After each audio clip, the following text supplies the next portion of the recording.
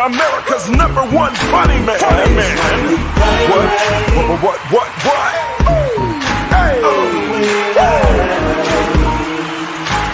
Make some noise! Ladies and gentlemen, from LA to New York, Chicago to Mississippi, let's give it up for America's #1 funny man, Rodney.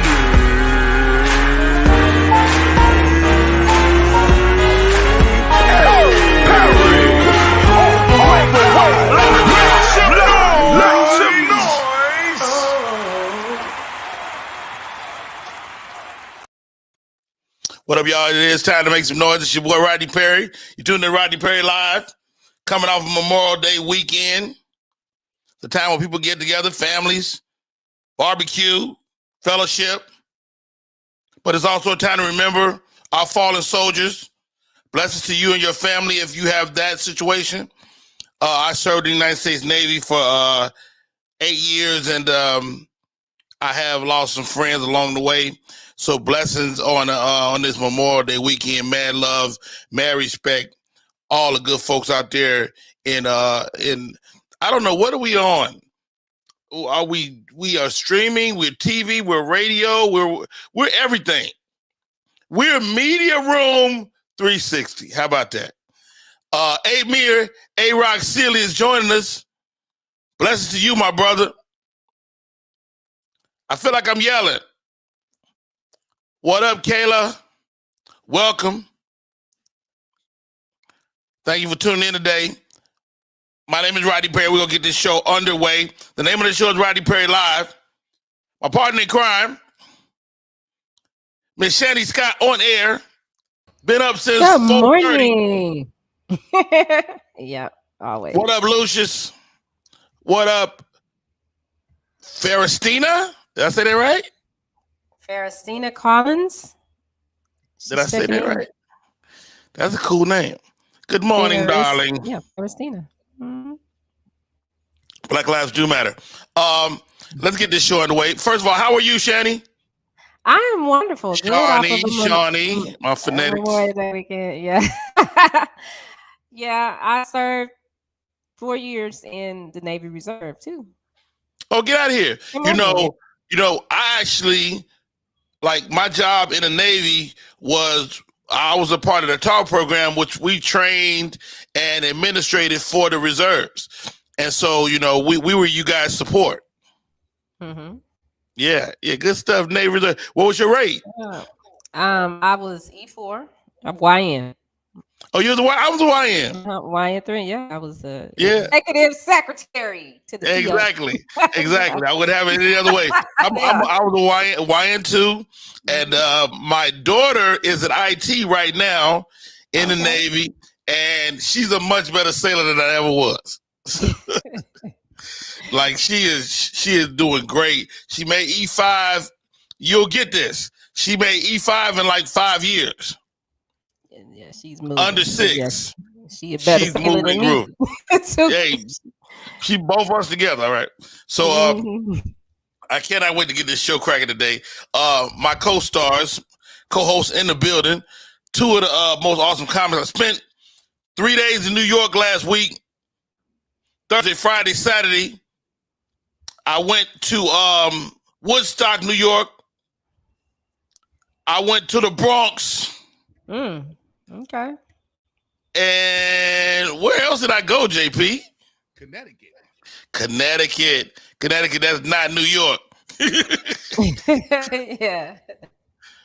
Yo, man, such a great time, man. We got on the road. We played some great venues, and it was all because of this man right here. I wanted to bring him back on the show. You're the only person up to this point that is co-hosted twice. There you go, baby. There you go. You know, how are you this morning, JP?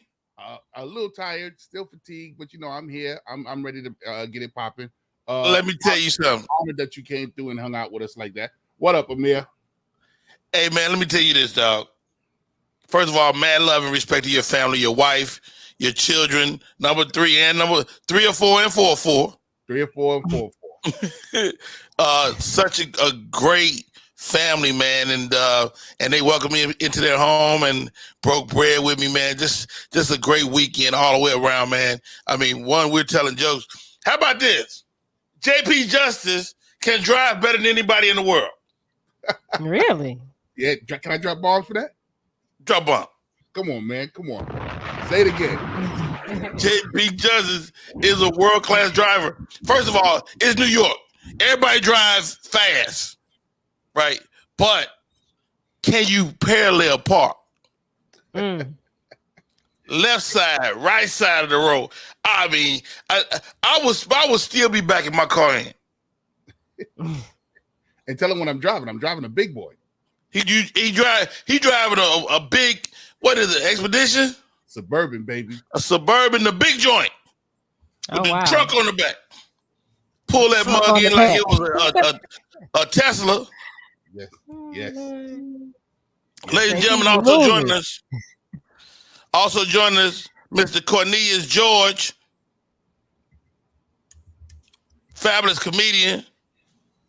He's an alumni. Hold on. What's going on? Yeah. What you doing with your hair, brother? Hey, man, it's summer break, baby. It's summer break. I'm doing something different with it. All right. Spoken like a true school teacher or some kind of educator. He is definitely an educator. Yo, I've been to his school. You know, hey JP, George Cornelius is one of them schools where you gotta beat up the kids. Oh yeah. I spoke about that this weekend. Reverend James Polite. You had one of them schools. It's not a game. No, but man, he graduated. You graduated somebody this weekend, last few days. Yes, sir. My son graduated from high school and he's on his way to Morehouse. Congratulations. Congratulations, man. Wow, that is huge. JP, you about to graduate another one. Yes, sir. My final one, 4-4, will be leaving the nest and going to Howard University. Hey, you and your wife go to get to know each other. That's what I tell my wife. I said we gotta start liking each other again. Ain't no buffer. Ain't no buffer. And I'm scared. I'm scared of that, yo. I'm really honest. It's scare worthy. Yeah. Now, Cornelius, can you put some light on your face? Yeah. Hold on. You got a ring or something? Got a ring. I gotta move around where my light's at now. Hold on. Yeah, that's gonna help. You look a little extra dark. Yeah, I don't know if I want to see that. All right. So we'll get this cracking. Rodney, I wore this shirt today because this is purposely. What is that? I figured you wasn't gonna know. Hey, Shani, we ain't in the car no, not even 5 minutes, Shani. And he and I start going at it. Can I say it the way I want to say it? Say it. This fool going to tell me that Big Daddy Kane is a better what'd you say, a better artist or a better rapper? What did you say? You know it. It's a fact. Big Daddy Kane is the GOAT. Then KRS-One. That's an absolute fact. And look, not only did he say this within the first 5 minutes, he says this in the first 5 minutes while driving to the Bronx where KRS-One is from. Yeah, that's what I'm talking about. Yeah. First of all, I met people from the Bronx that agree with me. Two people, and they was originally from Brooklyn. Well, you from Harlem. You should even be even into this whole conversation. First of all, Shani, we'll pose the question to you: Big Daddy Kane or KRS-One? Like rap skills, or what are we talking about? what category are we putting them in? Whatever you want to answer. Okay, I would have to say, and I'm from Texas, so I'm not even from up there. I'm from the South, Texas girl all the way. But I would go with KRS-One. All right, no problem. Yeah, enough of that.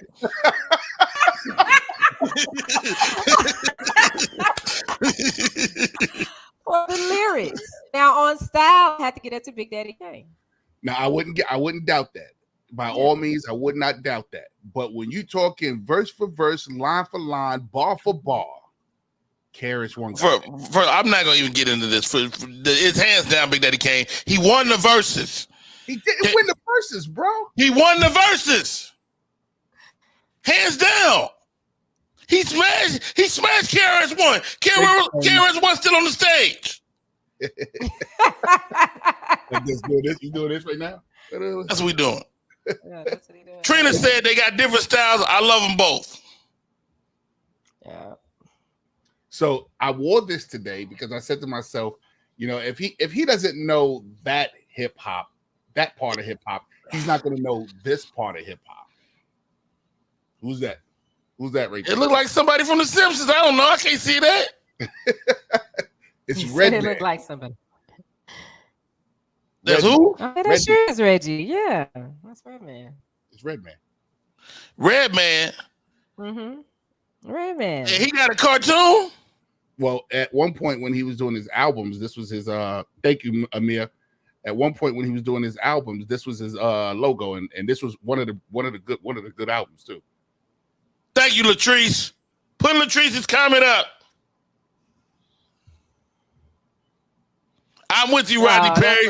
Big Daddy Kane has my vote. Thank you, Latrice. Matter of fact, you're the best. Her smile. He's not giving out prizes today, Latrice. He's not giving out prizes today. I will. What's your cash app? And look. What does she know? Her smile is too great. Come on, man. Come on. When your smile is that great, you're gonna say. Yeah. Shouts out to JP Justice with the starting turmoil already this morning. I was having a great day. Put your cash app up there, Latrice. He said, put your cash app up there. Throw your cash app up. I got you, kid. Yo, JP Justice with the Red Man shirt. We get the show cracking. Cornelius is out of the window. If you close, Cornelius, get back on the screen. My name is Rodney Perry. You're tuned in to Rodney Perry Live. That young lady right there, Shani Scott, she is Media Room 360. Let me tell you something, Latrice, I was just joking, okay? Oh my goodness. Anyway, let's do this first. Because a lot of stuff's been happening. We've been off. We ran a rerun yesterday. What's been happening in the world, ladies and gentlemen? Shani Scott. Oh. Online. Let's do it now. Okay, we doing that now, boy. Let's do it You right got to be now. on your toes on this show right now. Yes, a lot is going on in the world. And I haven't talked to you. So I have some sad news to report. That Media Room has to, put out there, and we're gonna do a special tribute for Cray from the MVP podcast. We lost Cray last Wednesday, and I hadn't talked to you about it. But tonight we're going to do a balloon release for him. Cray was he was the videographer for Media Room 60, and he and his wife put a lot of events together that were really memorable that we participated in. And unfortunately, we lost him all of a sudden. He wasn't sick or anything. He just had a heart attack while he was driving. So we're taking the week to remember and honor the life and legacy of Cray. And yeah, wow, so sorry to hear that, man. Yeah. So he was the guy I talked to. Yeah, he was sitting on the left side of you. Yes. Yo, that's crazy. Yeah. Wow. Yeah, it's been a really it's just been a whirlwind. It's crazy because it's like man. I'm like especially because that day he was supposed to come by. We had talked, we texted each other, he was supposed to stop by, and I forgot to call him because another person on the station had a issue with their mom, being in the hospital. And so it threw me. And then when I got that call, I was like, oh God. But yeah, we're remembering and honoring the life of LaMarcus McCray. That was his name. Wow, blessings to his family, man. We lost a friend of mine last week, and like you said, it came out of nowhere. He laid down and he never got back up. He had an aneurysm. His name was Marcus Combs, and man, I mean, what saddens me is when you got somebody at the head of a family, how does the family move on? And that's the sad part for me, man. I don't know what my family would do without me. And so, man, sending the blessings out to his family, his friends, Wow. Sorry for your loss. Very dope. All Yeah, right. and while I had three men here and had the audience, you guys have to really worry about hypertension and different things that are stressors that you guys don't tell us about. Your diet is important, your exercise is important, because like that hypertension, once it sneak up on you, you can't stop it. So I'm already we on blood pressure need meds. you And all to take care of yourselves for us. yeah. Do that for us. Okay. Yeah, you're absolutely right, Shani. As a man who's currently taking blood pressure medication and a stroke survivor, one of the things that I'm a big proponent of is prevention, man. And there's always something you could do. I mean, whether it's getting out and just walking, getting out and walking, and that makes a difference. And if you got a little tie around your midsection, it's too much. And I'm guilty of it, but it's something that I plan on really eliminating over the next few months. So thank you for sharing that, Shani. That's a great moment for the show, man. And blessings to him and his family, bro. Goodness gracious. Yeah, and on a lighter, more happier note, there was a surprise wedding this weekend over the holiday. Surprise wedding. Who got married? There was a surprise wedding. Shawnee got married over the weekend. Sean, you? Not me, Shani.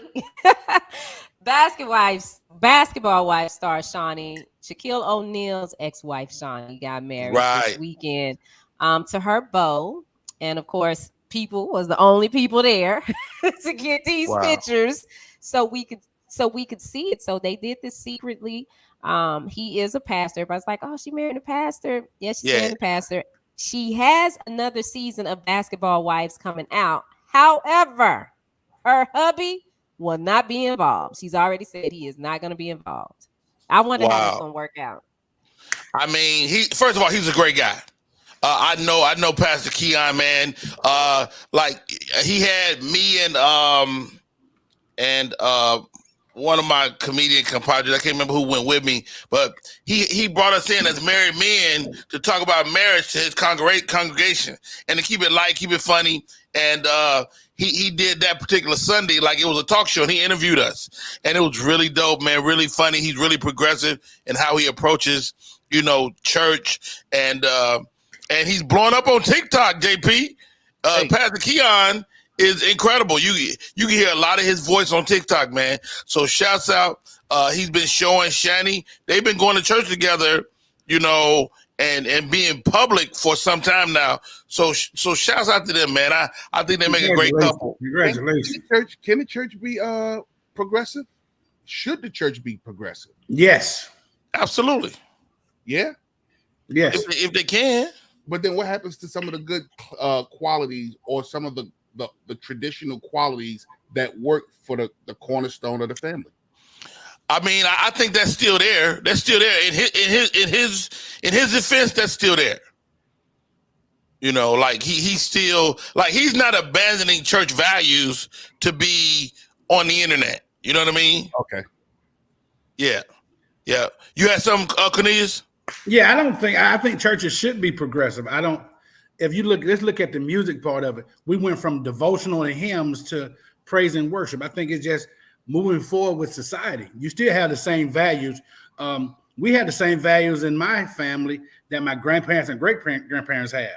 Like my son, he is the sixth generation in my family to go to college. So that's how he's going now, maybe online and everything else, but that's just how progression is moving forward. We still have the same values. So church has to move with the people. And how about this? You gotta do what you gotta do to reach these kids too. You know what I mean? Or would you agree, JP? Like, how do you reach the kids if you're not going on their mediums and talking to them? Yeah, the Bible says that. Yeah. So, all right, what else you got, Shani? Well, I'm pretty sure the three of you have something to say about the other fiasco of the weekend of Memorial Day weekend, which would have been fiasco. Heavens. Monique and D.L. Hughley and the promoter performing live in Detroit. So my understanding, Monique showed up thinking that she was the headliner. The other understanding is that D.L. Hughley showed up believing he was the headliner. There became a passing of words backstage about who was going to go out first. And DL mentioned that if he wasn't headlining, he wasn't performing. So Monique went ahead and went out and she started her show with some choice words about the promoter. How long was it? Because it seemed like she talked for like 12, 18 minutes. I was a nice intro, nice intro. She got off her chest what she wanted to get off her chest. She said what her truth was and how she felt there at the Fox Theater in Detroit in front of the audience. Then the audience, to me, from what I saw, they seemed receptive. I didn't hear any boos or anything. I saw a lot of encouragement for her. But however, now there's this Instagram battle back and forth of here's my contract, here's this contract, and we just don't know when this is going to end between DL and Monique. Some believe that Monique went too far by bringing his wife in and him into it. She should have just kept it with the promoter. What did she say about his wife? Because they keep saying that. What did she say about his wife? Oh, she said that, and I'm paraphrasing because I can't remember exactly, but basically she was saying she feels sorry for his wife because she's sucking the penis of not a man or something like that. Yeah. I tell you what, Monique is my friend, and my friend got a sharp tongue. Listen, I back Monique because I'm a woman in the industry. No, I'm not on Monique's level, but I get it. I don't know that I would have went off on stage like that. I don't know, but I've went off on air before. So Stuff that was going on. So I don't know, but I'm not saying I necessarily condone it, but I do understand. Go ahead, JP. What's your thoughts? I'm trained. I used to train martial arts, and in training martial arts, the first thing they tell you as they start to train you as you move up the ranks, they say you're going to become a bully because you now know how to fight. So I think now that the pendulum is starting to switch for her, she's starting to become a bully. And that's being very light because she's always been a bully. She's always been a piece of work. And I know that this is your friend, but she ain't always the up and up person. And now it just seems as if it's getting worse and worse. What you mean by that? She's not always up and up. What do you mean? Bro, I'm like, listen, ladies and gentlemen, I'm on my way up. So, I can't really say much because she can definitely put a halt to the little things that I do. But she's not a nice person, bro. She's not a nice person. I had to push back on that. She's been nothing but great to me, but go ahead. I'm quite sure she has her selected few that she's very nice with, and I'm quite sure she has a circle that she's nice with, which is supposed to be. But overall, man, that little silky tongue that she has of hers, man, she sometimes can be very pathetic. And I'm gonna be a man of my word, and I'm gonna stand on my word, and I'm gonna stand on my soapbox. And I'm not saying that she's the worst person in the world. I'm not saying that. I'm just saying there's things about her that makes her impossible to work with. And people just cater to that with her and just go, oh, that's Monique, that's Monique, that's Monique. But sometimes that BS has to stop. That BS just honestly has to stop. When I heard this stuff right here and hearing how she went across with her mouth and talking about his wife and all that kind of stuff, honestly, stop. That's not cool, period. But that's how Monique gets down. And people just go, oh, it's Monique. Cut the BS, bro. Stop it. Just stop it. JP, I think you're completely wrong. I spent a lot of time with this lady, man. I've seen her be gracious to many people, like whether they were in her circle or not. I've seen her be she's fair. And if you're unfair, you're gonna catch it. Period. And if she wasn't a woman, you wouldn't be worried about her mouth. Hold on, let me finish. I'll let you finish. The fact that we would comment about her mouth or how she says things, that's a male concept. That's what misogynists do to what they call mansplain. You know what I'm saying? And so, and not calling you a name, but what I'm saying is, with this situation, I think they could both be right. I think a promoter could take liberties and instead of just making a call, not make a call. DL, you the headliner. We'll let them sort it out that night. And I've seen that happen before. Not even in her case, other headliners' case. And so promoters do stuff like that. But, you know, could they have got through it a different way? Absolutely. But to point out Monique and say she's not nice, you know, I know you have a story connected to it, but say that story, but don't give her a blanket. She's not nice, because that's not true. Listen, oh man, I was so afraid that this was going to happen. Here we go. You did it. You know, you did it. No. I'm fine. I'm fine with it. You know me. I make my bed. I lay in it, and I don't have no problem with walking in my words. Absolutely. So here's something that I have to say, and I'm not going to talk about the incident because the incident doesn't have nothing to do with this right here, because the people don't know about the incident with she and I. But you do see this constantly, continuously happening with her. People aren't picking this out of the sky. People aren't just saying, "Oh, blah blah blah blah blah blah." And I definitely understand she's a sweetheart to those. But they apologize too. You seen what's his name apologize? Oh, Steve. You know Harvey? what I mean? Steve Harvey? Not Steve Harvey. Steve Harvey did apologize, but the director. Man, listen, they're apologizing. Thank you, Shani.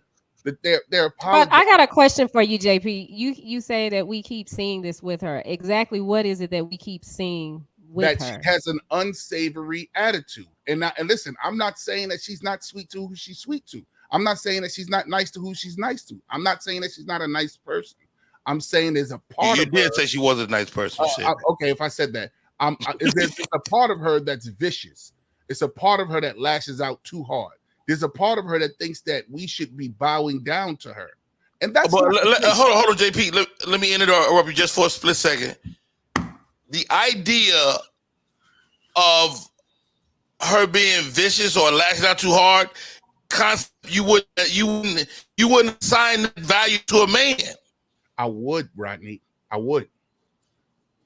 Go ahead. I'm listening. No, I would. I really would.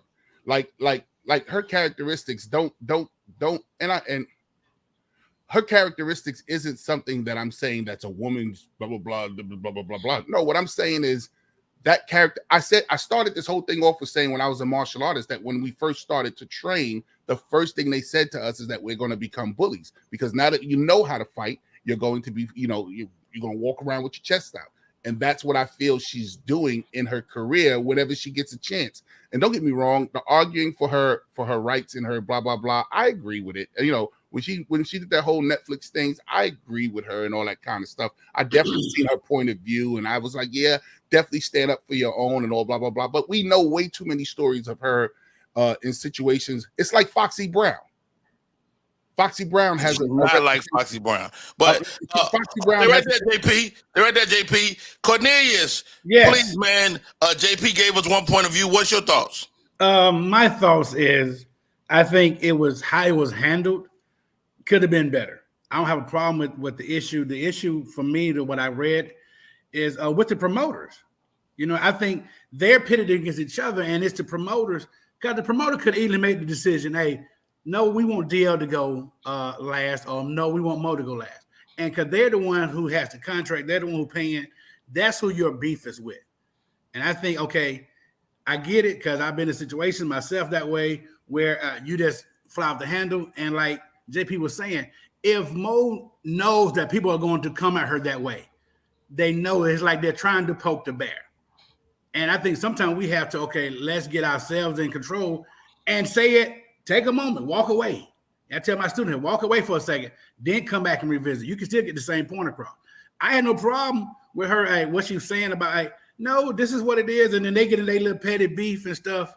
That's out my league. My issue is take it up to the promoter, because nobody's talking about him or her, whoever the promoters are. And they the one that gave them the contract. So hold them accountable for what they did, because they the one that caused this beef.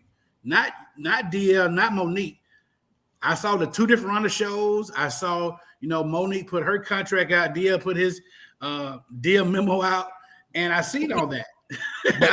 I've seen all of it, but no one is talking. Hey, we mad at the promoter. It all reminds me back in the day when two people about to fight, and you go, baddest man hit my hand. and then somebody hit the hand, and then that person would push the other person, and then they would start fighting. Nah, I don't need that. I don't need that. I need you to be mad at the person who caused it. If the promoter is a weak person to say, no, we want DL to go first, and we're gonna go tell Mo, well, you know, DL want to go last. Nah, just stand up, be a man or woman of your word, and handle your business. That way, you don't have no problem with anybody. I get it, because society has put a lot on Monique, and it's a black woman. Every time the black woman feels oppressed, they say something. They the angry black woman. See, I told you, stop poking the bear. We gotta stop. Hey, y'all! This is Rodney Perry. You're tuning in to Rodney Perry Live. Hey, allow the discussion. We're talking about Monique. We're talking about the contract. We're talking about DL Hughley. DL's got a show too. He is not gonna let the day go out without saying something. This is crazy. I love it. I love the fact that we can have this conversation because Ryan Davis said something interesting on his Instagram feed. He was like, he just hates to see a king and the queen go at it in public. And I think I can agree with him on that. And whatever side you land on the ground on this album, is it good for comedy? And we'll talk about that a little later on in the show. We got a guest coming on in a few minutes. I cannot wait to talk to this guy. Best popcorn in the world. Anybody like popcorn? Come on now. I love popcorn. Yeah. Love it, but my teeth right now is like, come on, man. You need to have floss right with you. As you eat it, you gotta go, Yeah, immediately. Hey, we're gonna take a break. We come back, we're gonna talk to LeBron Burton, the popcorn man. What up, y'all? It's Michael Sean, and I know you want to be a podcaster. You want a successful podcast. You want to give your views and opinions, but you just don't know how to do it correctly. That's why you got to hit up ShawneeScott.com.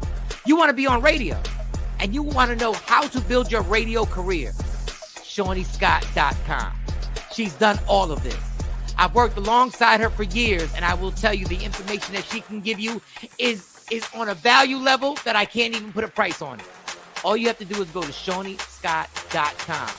Your future, right now. That's it. Michael Sean. Yeah.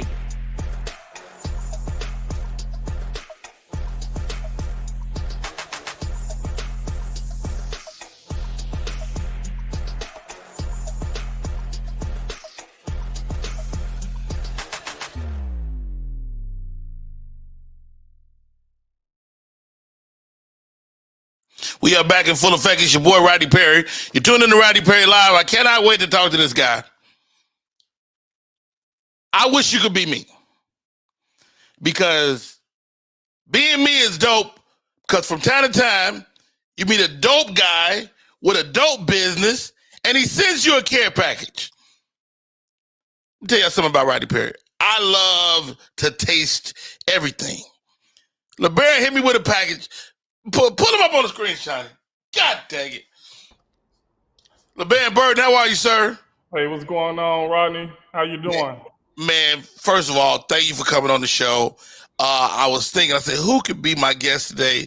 And I said, man, call LeBaron, the absolute best popcorn.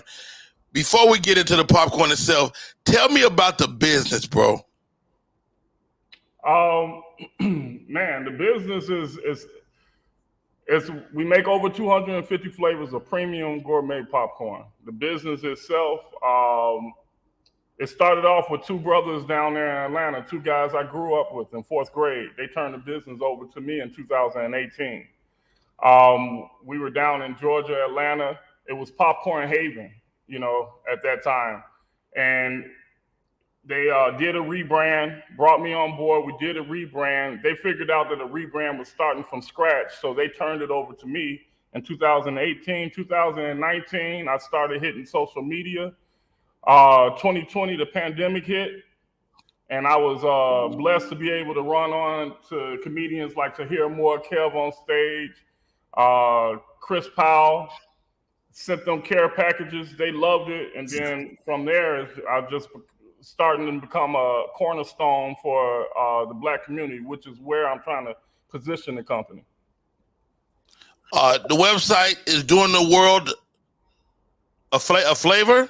DoingTheWorldOfFlavor.com. Yep. Doing the World of Flavor. People can go on the website and they can order these products. But you got some crazy flavors, dog. What's the I like the dill pickle. Okay. You know, you got the classics, you got the caramel, you got the cheese, but you got some flavors. Ain't nobody. Matter of fact, bring up my co-host. Wait till y'all hear about this. JP, well, you gonna like this, man. Hold on. Cornelius, I got all fat boys on here today. So we go. So give us some of the flavors, LeBaron. Man, I've got crab leg, dill pickle, dirty dill, cinnamon toast crunch, orange dreamsicle, strawberry cheesecake, Snickers, Butterfinger. You name it. Let's talk about those for a while, because you got that Snickers. It's got real Snickers in there. Yeah. It's a premium product, Rodney. We literally take the candy bar, we freeze it, we grind it up, and we coat it on popcorn. This is not some shake on popcorn. We literally, everything is hand coated. Our process for a batch of popcorn is probably right around 9 hours. Get out of here, man. Man, so many great products. Strawberry cheesecake. Oh. And LeBaron, you guys are dead on with the flavors too. Like if it says strawberry cheesecake, it tastes like strawberry cheesecake. Right. When I did barbecue, because everybody was, black folks, we got to have our barbecue. Everybody was like, you got to do a barbecue. It took me 2 years to get that recipe right. Oh wow. I have a question. Go ahead. Hey, LeBaron, here's a question, man. Okay. Are you giving black people's portions, or are you giving Wise potato chips portion in that bag? I can't get away with. It's got to be black folks' portions, because black folks gonna tell you if the portions ain't right. Man, sometimes I open up that bag of Wise and I go, really? 4 chips? That's all I'm getting? No. No. Why? First of all, LeBaron not only fill it up to the rim. Yeah, but then he does have some little packaging, like where you can sample, like, oh, I like that. Oh, that was good. But the big bag is a big bag. My sample bag is what some people put in their small. Really? LeBaron, I'm buying today. You ain't even got to worry about this, because I'm going to this website. I'm going to pick up about 2 flavors, and I want some of these sample bags, and I'm going to try this today. I'm going to put your popcorn to the test. I'm a caramel kind of guy personally. I can't do Cracker Jacks because they as chicken wings. I can't have it that hard. But listen, I'm gonna put your popcorn to the test, baby. Cornelius George, what do you think? What flavor you want, man? Oh man, it's like me going to the restaurant. I'm trying to decide on what I like best. I like them all. The strawberry cheesecake got me really interested. Yes. So here's the question: are you a sweet person or a savory person? I'm both. Okay, that's why my weight is the way it is, because I'm both. I can't choose. I want savory and I want sweet. Cornelius, how you gonna start this off and call us fat boys and then gonna tell us we can't have both? Exactly. But see, that's the thing. You can't have both. So when you come into our locations, it's all about the mixes. You take that strawberry cheesecake and mix it with a cheese. Oh, you got good things happening. I like how you said that. You got good things happening. Hold on, I'm going right now. Popcorn World. PopcornWorldOfFlavor.com. No. Doing the world of flavor. Oh, doing the world of flavor.com. And it's a funny thing why we don't have Popcorn World. We don't have Popcorn World because I'm honorary. Some guy wanted to charge me 10 grand for it. And I was like, you know what? I'm going to go Popcorn World Live or Popcorn World, something else. You know what I'm saying? Everybody loves doing the world of flavor. They're like, that's a catchy handle. So yeah. I love it. Hey man, you had some friends. Y'all was in business. They wanted to depart the business. How did you have the wherewithal to keep going, bro? I'm a techie, Rodney. I'm a techie. I knew we had a good thing. If I had 200 people that tried our popcorn, 3 of them will probably say they didn't like it, right? So I knew it was a good product. I know customer service is everything. So it was one of those things that I'm a techie. and I knew about social media, you know. So when they turned the company over to me, I talk tech, I talk nerd, right? So on Twitter, I'm on Twitter, and I found a network of tech influencers. And I said, hey, I'm going to be the household snack of gamers and techies. That Right. that community bled into a pro wrestler gave us a shout out. Then I was able to reach out to Tahir when he did Zoom In with the homies. And it was just, you know, I knew at some point if you lay enough seed on social media, something's going to sprout. Yeah, I became aware of you over there with Zooming with the homies, man, and man, it's such a great product. It's fresh, it arrives fresh. How are you revolutionizing the popcorn game? Because you know, LeBaron is from the Midwest. I'm from the Midwest, and you know, we grew up on Garrett's and we grew up on popcorn. And to me, your product is better, man. Yeah, and that's the thing. The way I'm doing it is everyone's trying to get into the popcorn business because of the margins, right? I'm getting into the business because of the opportunity. So therefore, I'm not going to cut anything. I'm going to give the highest quality product out there and create that demand. You know, so there's a lot of sowing seed that I'm doing right now. Like right now, I'm probably at break even or at loss, right? Okay. But once this brand takes off, you know, and then that's where I get my margin. So right now, I'm looking to even grow my own kernel. I'm looking to buy a potato chip factory here in Gary to revive that so that I can do more online sales. Now, right now, you're in your store. Are you going to franchise these? Oh yeah, I got a licensee getting ready to open up in Long Beach, California, right now. Man, I would love to have a conversation with you about bringing one to Atlanta, man. I think it would do well. Atlanta was hometown. We had 12 locations in Atlanta under the other brand. Yeah, we were in Kennesaw, Calhoun. We had one in Peachtree, Marietta.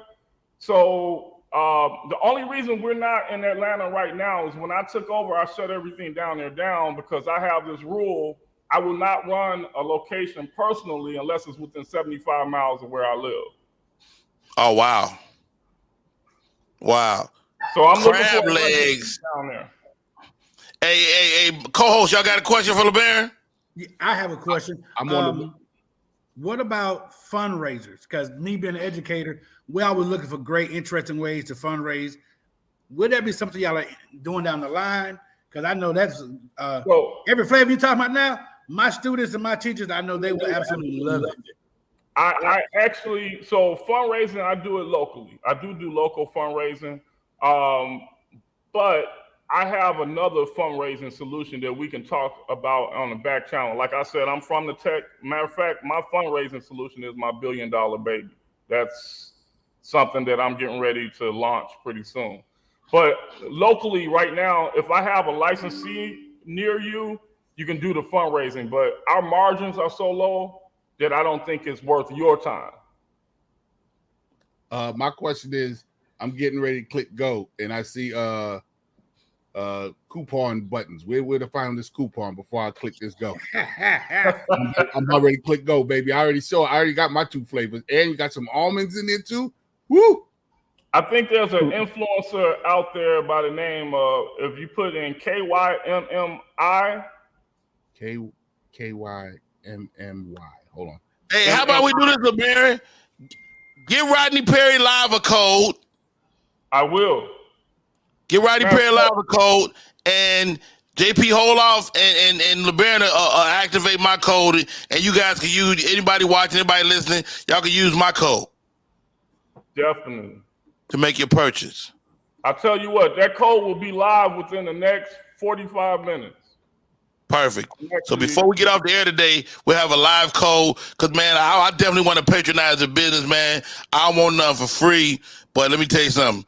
When this man send you a care package, he cared.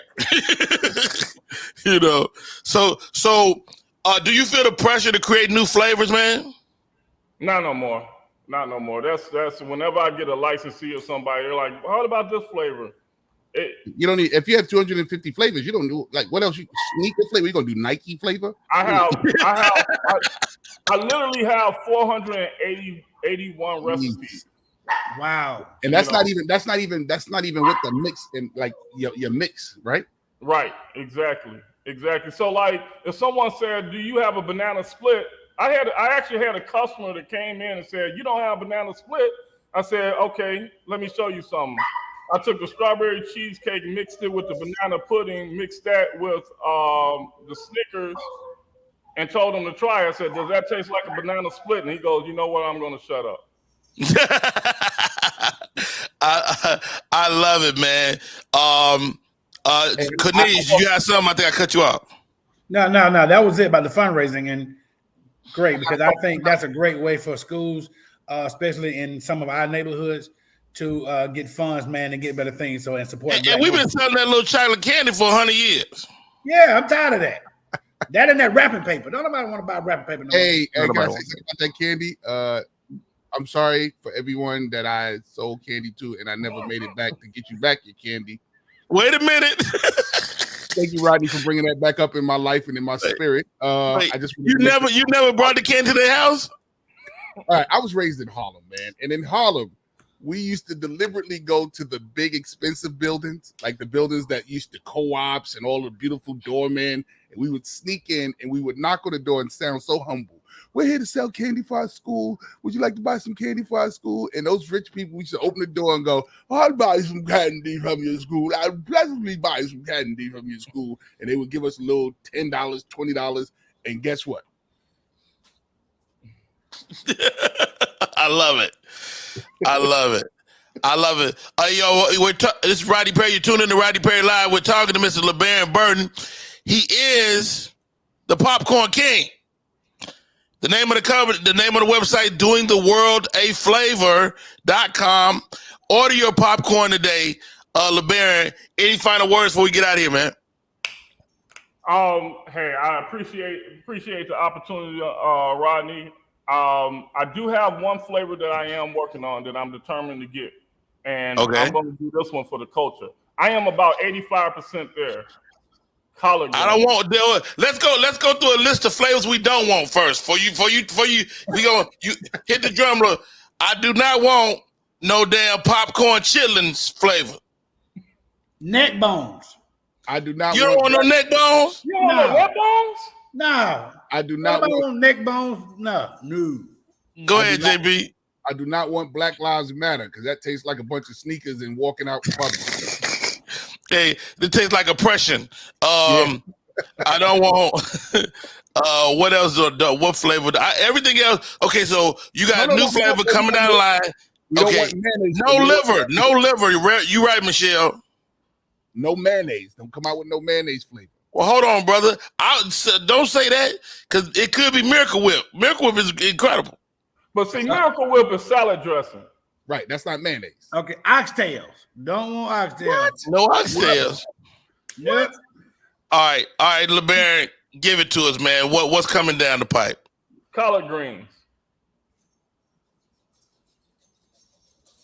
I got to do it, Rodney. I'm about 85% there. I got the pot liquor taste going. I just don't have a strong enough collard going. But when I get that one, I can imagine that being savory. I can imagine that being real good. You know why? Because it's a savory flavor.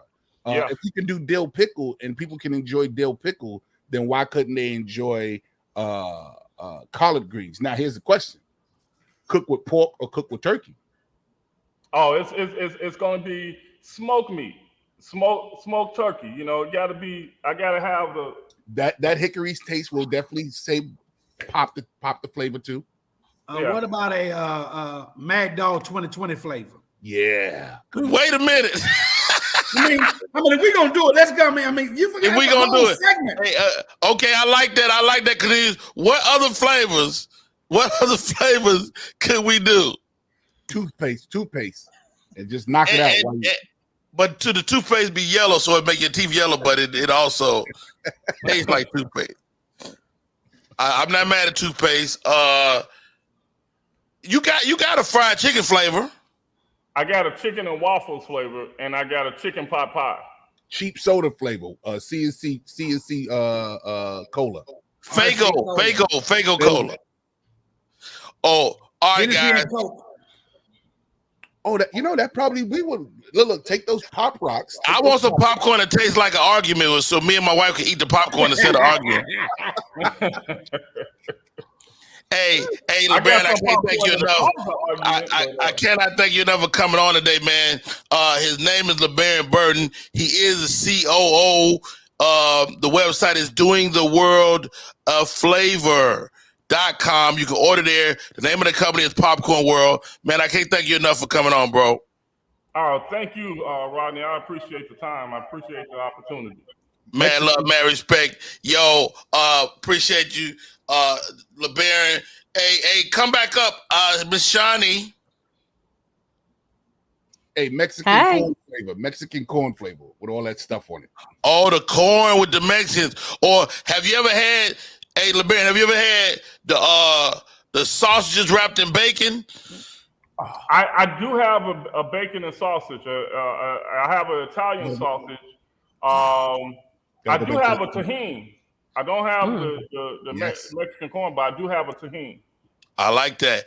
Oh, last question, LeBaron. Well, 2 questions. JP like to start trouble with me. Here we go. Big Daddy Kane or KRS-One? Can we make it simple? Let's make it simple. Pepsi. No, he in the process of working it out. Pepsi or Coke? I gotta go KRS-One. All right. Well, thank you for coming on the show. I'm joking. No, I mean, it's one of those ones that I don't like to choose between the two because I'm a classics person. So we love the classics. All right. Who got better lyrics? Now I know what you're gonna say to this one. It's KRS-One. I got it. That's absurd, but whatever. All right. So last question. Chicago pizza or New York pizza? Are you asking me that, Rodney? Baron, before you answer, okay, Chicago pizza. JP, just let the man answer, man. No, he said Chicago pizza. I listen. I digress when it comes, but listen, I tell you right now. As the man said, because I took Rodney out on Saturday. My guy Elijah took me and Rodney out on Saturday, and we asked New Yorkers what kind of pizza. Now everybody, it was up and down. People didn't want to answer, but then one guy had the perfect answer. He said, "Why would I want that souffle?" First of all, you're just a hater, JP, because you're a hater because you don't even like the thin crust Chicago pizza. No, but I told you. Okay, Shani, please, Shani, Cornelius, LeBaron, please. We already asked LeBaron. You can ask Shani and you can ask Cornelius. I went to Chicago, and you know I'm from New York, so the second I get there, everybody go, "You gotta have your own pizza." Why everything gotta have a story? Just ask me a question. Okay, well wait. They said I'm gonna take you out for thin crust, because we know you New Yorkers. Let me give you the thin crust pizza. So Shani and Cornelius, I went to the spot. They put a round circular pizza in front of me, and I was going, okay. Then he proceeded to take the cutter and just do this. And No, he didn't. He cut it, but it's called a box cut. Hey, Shani, I had irregular slices. I had I didn't know how to pick from this. You had squares. It was square. He disrespected the crust. Come on. I'm from New York here. We want our crust, man. Y'all don't have crust. The pizza goes like this. When you pick it up. Thank you, LeBaron. You regain your spot. Shani, New York pizza or Chicago pizza? I'm a New York pizza girl. The Chicago pizza is just it's so thick. I'm 2 for 2. It's so thick. How you do your fingers? How you do your fingers? What? How you do your fingers, Shani? Let's see your fingers again. It's thick. It's just Johnny, when you come, y'all usually like that. Women usually like that. Not my pizza though. Oh God! All right, Cornelius, Cornelius George, Yes. Chicago pizza, and I'm gonna count your vote twice.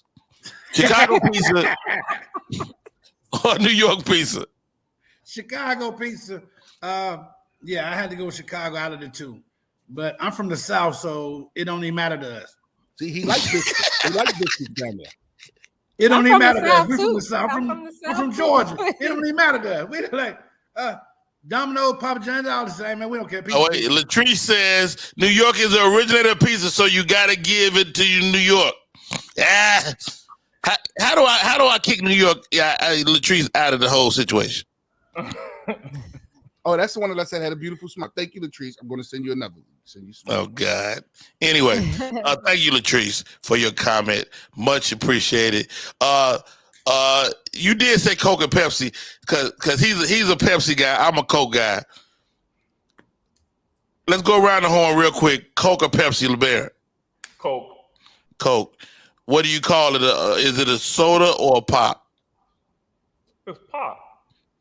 There you go. Don't be a hater, JP. Stop it. Stop it. He's stopping. Look at him. He can't stop himself. Hey, Shani, this is what I was doing. We was going at this all weekend long. Anything we found. Go ahead, Shani, Pepsi or Coke? Coke, and it's soda water. Oh, that's real. Super South. Yeah, Super soda South. water. All right. Wow, I heard soda water in a long time. Where you from, Shani? Houston, Dallas Rays. Yeah, that's right. Soda water. You right. Yeah. Soda water. Soda water. Hey, have you ever seen people that's call everything a Coke? Mm-hmm. Everything. Everything. You know, orange Coke. Everything's like, a orange Coke Coke. in Georgia. Mhm. Everything's a Coke. Cornelius, come on, man. You got to give it to us. Coke or Cornelius, No, Coke or no. Pepsi? Pepsi's trash. Don't you get that Pepsi? Your grandma will kick you out the wheel. You bring her Pepsi down here in the South. You almost had you look excited, too. I was like, Listen, they will kick you out the family. Don't bring a Pepsi. At the family reunion, whoever bring a Pepsi, they're taking that shit back with them. Why you right said about that. Pepsi? They ain't have no Coke. You have to bring real Coke, but everything else can be like Dr. Thunder, Yeah. the RC. You know, you can do that. but you have to Dr. bring Coke. Thunder. Yeah, You can get it's the like Kroger that. brand. You Knock want off it. a- You gotta bring the real Coke. All right. Hey, guys, a great first hour. My name is Rodney Perry. We're about to go into the second hour. I hope y'all ready for this. I got something for my co-host today.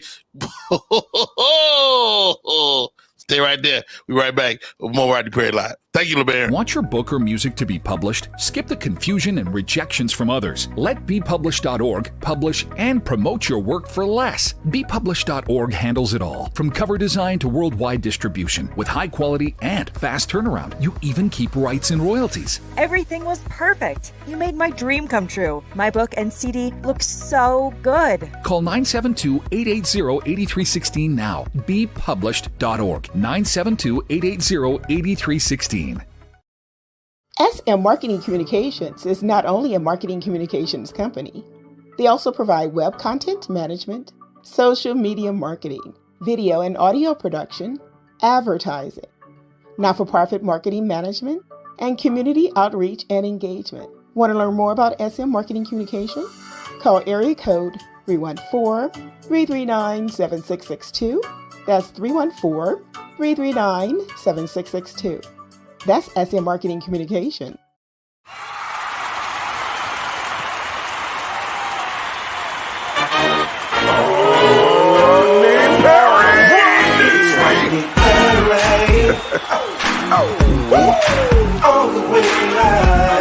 Get ready for America's #1 funny man.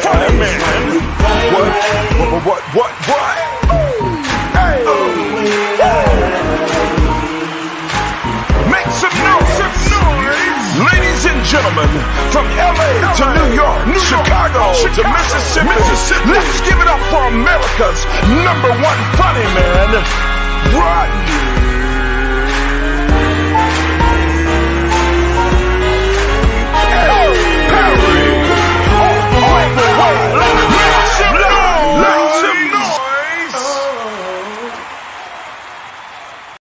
Yeah, I am back. We are back. It's your boy Rodney Perry. You're tuned in to Rodney Perry Live. Yes, Michelle, the song is crazy. Am I right?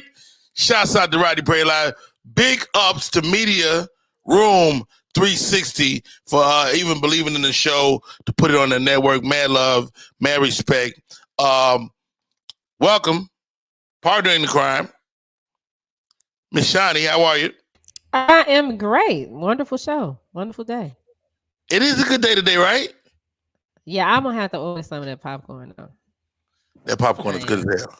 Yeah, That popcorn is good as hell. For real. No bullshit. Like, some of the flavors is too sweet for me personally, but even they all good. Like his he got cookies and cream. This shit is incredible. Yeah. Swear to God. I wonder does he does a you know, you be advertising stuff just, you know, on the radio or TV. You be advertising, you be like, oh, yours is great, but it don't be shit. This shit is incredible. Yeah, yeah, we'll get paid for that. Right. Yeah. Everything is incredible when you get paid. Can we sample like all of them? Does he have a pack where you can get all of them? That might be too much because he said he had like 400 flavors. He got 250 flavors, but he can send you like 10 in the little packs. You know, so we'll work it out. I'm gonna have LeBaron hook you up. All right. Did you see this? Kanye West got a sports marketing firm. Get my guys up here.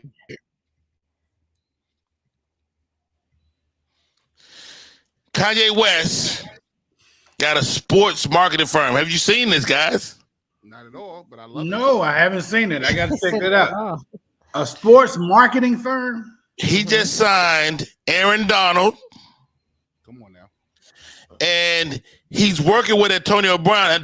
We've seen Antonio Brown say he was the president of the company, which might be an express way to get it tore up. But right. Kanye West is called Donda Sports. They've signed Aaron Donald, which is a huge signing. What's y'all thoughts on will his business flourish, man? I mean, said you want about Kanye West, but he is a billionaire and he does understand marketing. Cornelius. I think it's a great idea. It fits right into what Kanye does, marketing. He's a genius at marketing. He's a genius at what he does. You might not like some of the views, but I think it's a great move for him. Me personally, hey, look, expand your market, expand to do it. I think that's something we should start teaching our young people, how to expand. Get in more than one lane, man. I love that. I love that. JP, your thoughts, man. Kanye West, Donda Sports. They signed Aaron Donald. Antonio Brown is involved. He said he's not even playing football this year. He gonna focus on this. Well, I think that first off, whenever you diversify your portfolio, you're doing good. And as long as Kim Kardashian don't show up and Pete Davis start kissing all around, is I think it'll be a great thing. What happened? What'd you say? I said I think it'll be a great thing as long as Kim Kardashian and Pete Davis don't come around kissing at one of his events or where one of his players send him off the edge. Send him off the cliff. Next, he's doing a video. I think it'll be a great thing. I think. Let me tell you, I hands down, I think that Kanye West is one of the most innovative minds of our day. He just doesn't have the right channels, or he's not aligning himself with the right channels to really express himself. What's your thoughts, Shani? I think Kanye knows exactly what he's doing. That's how he got to billionaire status. I think Kim is probably not concerned because isn't she at billionaire status too? She is. Yeah, so I think they're good. All three of them are good. But big ups for Kanye. But I'm concerned about the people he's signing. But what do I know? And what's the name of the company? Because Antonio Brown is involved. The company is Donda Sports. Donda Sports. Okay. I wouldn't let Antonio Brown near anything with the money or people. I let him do something in the background, way in the back. Nowhere near. Yes. Michelle, I got to get you on here with us. Michelle, you got to come co-host with me pretty soon because you are obviously up at our hours is working. Did y'all see this? Have you had a chance to see on Netflix a show called The Hall? It is the Comedy Hall of Fame. Yeah, I saw the beginning of it. It was really dope, man. They honored George Carlin, Robin Williams, Joan Rivers, and the great Richard Pryor. They were the first inductees into the Hall of Fame, all posthumously inducted into the Comedy Hall of Fame. Do we need to do something like this for Black comedy, or will we be sufficiently included in this? You know the right topics to pick at me, man. Listen. Hey, Shani, I'm sorry. You never saw this side of me. You always see the happy, hey, what's going on? Hey, guys. All right, here we go. I believe that Black comedy needs its own genre. I believe in order for us to get the right accolades and get the things that we're supposed to get to ourselves, we have got to separate ourselves. This is why soul music is that. This is why reggae music is this. This is why classic music is this. We have created our own form of comedy. And when people keep saying, don't get me wrong, comedy is comedy and laughter is not comedy is comedy. Laughter is laughter.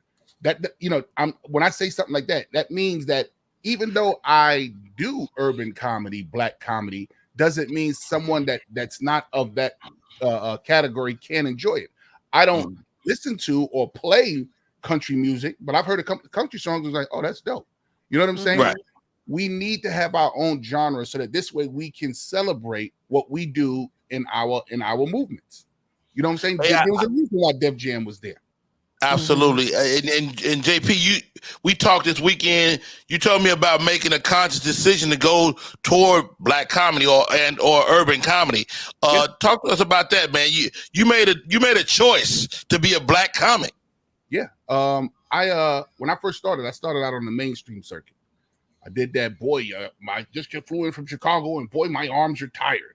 You know, I did that humor, and I saw these comedians one day, and they were speaking my language. They were speaking how I talk. They was doing what I do, and it felt refreshing to be able to go and talk. So I made a conscious decision, and even during those mainstream days, they was like, "Oh, don't go up there." They try to downplay it, and these are Black comics trying to downplay it. But when I went there, man, it was so much life. Let me tell you, if we were ain't nothing like entertaining people that look like you. Come on, man, and we have a spirit about what we do. We have a je ne sais quoi. That's why when white people had tap dancing, it looked like Fred Astaire. But soon as Black people grabbed it, the Nicholas brothers looked great. You know what I'm saying? Well, first of all, we was doing everything first. Yeah, anything entertainment, we was doing it first. Right, but what I'm trying to say is exactly, I agree. But that's the difference between us, and they know it. That's why some of them white, and I have a lot of great white comedian friends come over to our circuit because they want to get that magic. They want to learn that magic, and then when they learn that magic, they look like geniuses. They go back to their platforms and they look like geniuses. You know what I'm saying? Wow. So no, we need to have our own. Oh, that was a good one right there. How'd that feel? Yeah, it was taking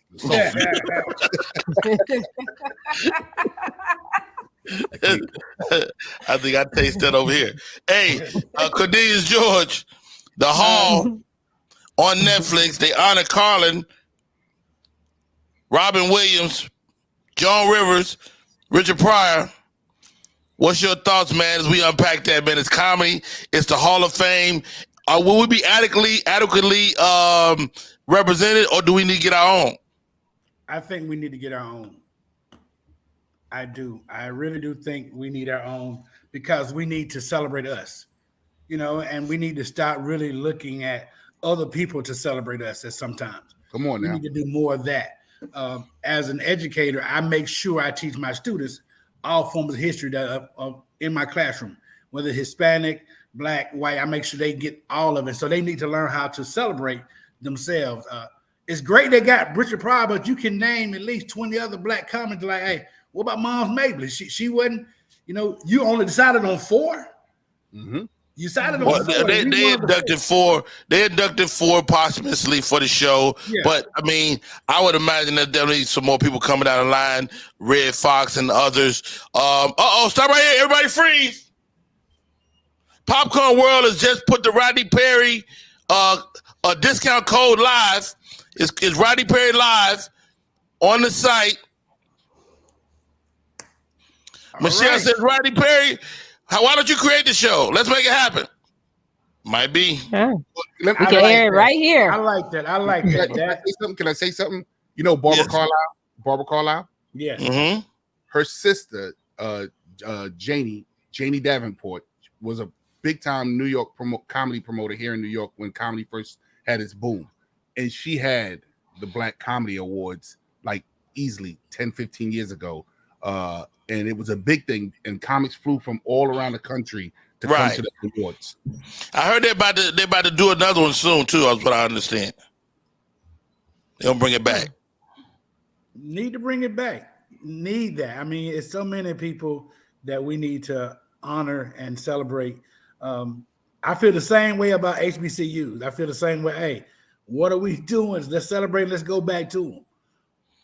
Yo, okay, listen up. Anybody know who Ami Udoka is? Ami Udoka. That's a person. I'm not sure I'm saying his name properly. He is absolutely a person. Okay. He's the head coach for the Boston Celtics, who just went to the finals this past weekend. The Boston Celtics scrapped their way past the Miami Heat. But how about this? Ami Udoka is a sneaker. Is Nia Long's fiance. Yes, sir. Oh, wow.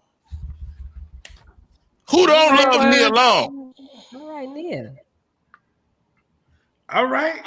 I remember hearing about that, but man, shouts out to Nia Long and Mr. Udoka. They're headed to the playoffs. The Celtics versus the Warriors. Let's ask the question right now. Shani Scott on air. Who you like? I'm going with Steph.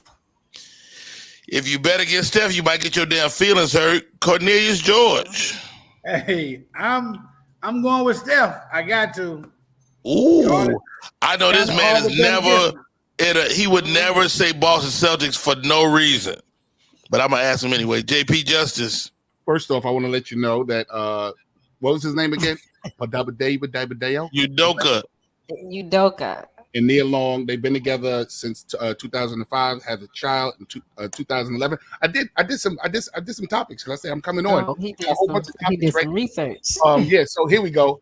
Who do I pick? Boston Celtics or who you going for? Rodney? Wait, hold, stop right there. You just took over the show. I have topics because I didn't know if. I didn't want you to. I wanted me to be able to say, "Hey, well, what about this week today?" Oh yeah, we ready, baby. I love it. Come on, man. I thought I wasn't gonna let you down. So wait, hold on. Mr. Udoka been shooting the club. I didn't know. Yeah, 2000. They got it. They have a 11-year-old son. Get out of here. So how long they been fiancés? I think 15 or 16. I'm not sure. I didn't write. Oh, they ain't never gonna get married. Yeah. Wow. Now which one? Now who am I going for? Who you going for, Rodney? I don't care. I don't care. But I'm not betting against Steph Curry. All right. So now just watch this. Just pick one. Who you going for, Rodney? I'm going for the Warriors. Then I'm going for Celtics. Let's go. It's against everything you stand for. Yeah. No. Well, honestly, I'm not going to sit here in front and act like I don't think that 8-year run that they had was nothing. Their Bird year was nothing. Their Sam Cassell year was nothing. They do have a tough team. Like they fight. Them Celtic boys, they fight. But you ain't never seen it as smooth as Steph. You ain't never seen it as pretty as Steph. So this is going to be a straight up different ends of the spectrum. They're going to come in with the muscle and the paint, and then he's just going to hit them off the perimeter. You know what I'm saying? So I'm really eager to see how this game is going to play out. Yeah, I mean, they're pretty evenly matched, man. I think it's going to be a great series. It'll probably go 7 games, but we shall see. Hey, my name is Rodney Perry. You're tuning in to Rodney Perry Live. My co-host today, Cornelius George, JP Justice, the lady in your box. Media Room 360 is in the building. Miss Shani Scott on air. Let's do this, Shani. Let's take a break. When we come back, I got a game for these guys, man. Bring me Cornelius and me back when we come back. All right, let's do it. All right. What up, y'all? It's Michael Sean, and I know you want to be a podcaster. You want a successful podcast. You want to give your views and opinions, but you just don't know how to do it correctly. That's why you got to hit up ShawneeScott.com. You want to be on radio, and you want to know how to build your radio career. ShawneeScott.com. She's done all of this. I've worked alongside her for years, and I will tell you the information that she can give you is on a value level that I can't even put a price on it. All you have to do is go to ShawneeScott.com. Your future, right now. That's it. Michael Sean. Yeah.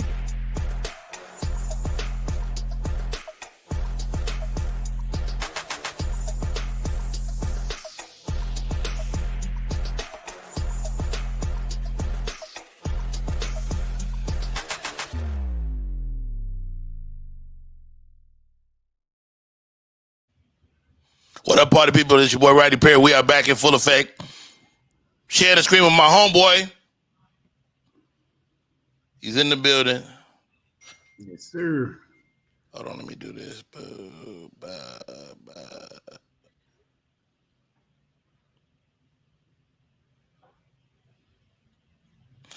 So, Cornelius. Yes. You are alumni of Never Deny, Next Level, my improv workshop. So it occurred to me yesterday as I was thinking about the show, I'm like, we could play One Up. All right. The improv game is called One Up. Basically, it's two guys. You know, if you've ever told somebody of your good fortune, and instead of like congratulating you, which they might congratulate, but they always gotta tell you what they doing too. So this is the game in a nutshell. The name of the game is called One Up. Cornelius, man, how you doing, man? Doing good, man. How you doing, man? All right. Good to see you, man. I heard you just did your thing, man. Yes, sir. Just got through, man. And this man, God is good, man. I don't know where to begin, man. He's just been blessing me, you know. Yeah, man.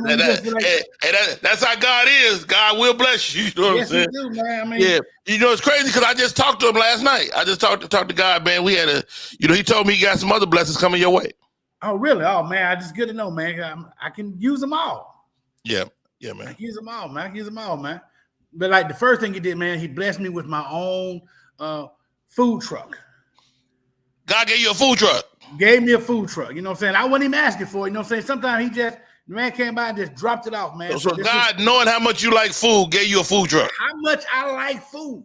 Wow, that's crazy, perfect, man. It's the food I like. Food truck. That's a blessing right there. You know, and I'm glad you said that because I hadn't even told nobody this, but God blessed me with a fleet of food trucks. Like I got like 30 of them. Yeah, it's crazy. Man, that is awesome. A fleet of food trucks. Fleet, yeah. Wow. And they all got different food, yeah. I mean, do you know? I mean, that is such an awesome thing, man. He blessed you with a fleet of food trucks. You can do so much. You know what? But the other part of the blessing was he blessed me with a farm to grow the food for my food truck. Come on, dog. It's all right there. I ain't even got to go nowhere. Like when they run out of chicken wings, I don't run out of chicken wings because I got my own chickens. Wow, that's crazy. I mean, it's crazy you would bring up chickens, man, because they was having a chicken wing shortage. Yeah. So, when the prices go down, you buy. So I own chicken, like all chicken. You own all the chickens. Everything, all chickens, mine. Yeah. Man, though, that is awesome, man. The God has blessed you with all the chickens. You know what, though? Because my son had a blessing the other day where he's been blessed with 500 factories of chicken feed. Oh, get out of here! So you got all the food for my chicken. I got all the chicken feed. I mean, and they put it in my son's name. Because we about generational wealth. You know what I'm saying? So my son has 500 factories of chicken feed. Wow, that's crazy, man. You know what, man? You got chicken feed, and you ain't gonna believe this. Yeah. But that dog barking in the background. Yeah, that's my dog, man. Yeah, that's your dog. Yeah. That's my dog. I had him bark right when you were saying that because I didn't want to. Yeah. That is awesome, man. I mean, cause that's amazing that you have your dog bark over here. Yeah, man, it's crazy. Talent. I wish I had a dog that could do that kind of talent. But you know what, though? I think we're getting ready to do something different because I want to take my dogs and have them bark and move to Mars. Get out of here. Yes. Wow. But you know what? Let me check because I got to make sure. You know what? I own Mars. Yeah. Mars is mine. So my whole idea of putting a dog park on Mars. No, you could do it. We boys. You know Okay. Oh, That's awesome because you on Mars. I mean, that's amazing. Hold on a second. You playing? You kidding me? I'm talking to Rodney right now about stuff like this. Okay. Oh my God. We have just secured the galaxy. Wait a minute. You got the whole galaxy? We just got the galaxy, right? Wow, man. Not the phone, the sun. We got our own galaxy solar system. Without everything. That's oh my God. This is wow. Dude, that is so crazy, man. Get off my screen. Great job, Cornelius George. Bring up JP. JP Justice. Yes. You saw how we play the game. Come on. All you do is congratulate and elevate. I just want you to know I own a hot sauce, so none of your chicken's gonna taste good. brand new situation. All right. JP Justice in the building, my co-host for the day. How are you, man? I'm good, brother. I'm good. Wow, man. It's always a pleasure to see you, bro. So, man, I heard you had a lot of stuff going on, man. Good to be seen, brother. I got some things working. I got some things in the work. What about yourself, man? Well, you know, I'm gonna just throw it out there, man. And I ain't really told nobody this, but you know, I just bought my wife some roses, like, you know, so it's gonna go to a job today. It's gonna be nice, man. That's cool, man. Guess what I got though? I got my wife the Mexican. You know the Mexican that bring the roses? I bought my wife 2 Mexicans. Get out of here. 2 Mexicans, bro. You got your lady 2 Mexicans. So how your roses get me? I'm telling you, I got 2 Mexicans. They're in the lower cabinet. I hadn't even thought about that, but you're right. I didn't know I needed that. Wow. That's crazy. You got 2 Mexicans, which is, you know, always, you know, that's just beautiful. You know, that you would take the time out. You know what? I don't know if you know this, but it's National LGBTQ Day tomorrow. And so I got 2 gay guys that organized my flowers for my lady. Yeah. Rodney, I didn't want to do this to you, man. And I knew you was going to say something like that. And did you? I got the gay shirt. Is that right? I got the gay shirt. You just got that laying around. You just got that in your house. I never know what parade I'm going to go to. You just never know. So I got the shirts. Okay. I feel good about when I go there. So I got you want one of these, Rodney? No. I want that. But the crazy part about that shirt is it's silk. And so I never did think it was gonna pay off, but I got all the silkworms. Yeah, so if you got anything silk, just know, you know what I'm saying? Rodney, I really like the fact that you're thinking really outside the box. Yeah, indeed. By the silk, so that this way I can enjoy my shirt. But I gotta ask you one question, Rodney, and I'm a shrewd businessman. Right.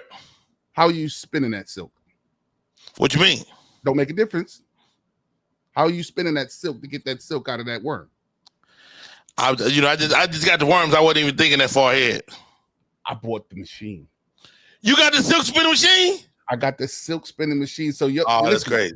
If your worms, they can spit out as much silk as they want. You're gonna get them in big bundles like that. And unless you're gonna sit there and do that by hand, that's gonna take hours. Right. No. You make a great point, man. So you got the silk spinning machines. You know, that's me though, man. I'm an idea man, but I don't be thinking all the way through. Because you know, like last week, I bought oxygen. Like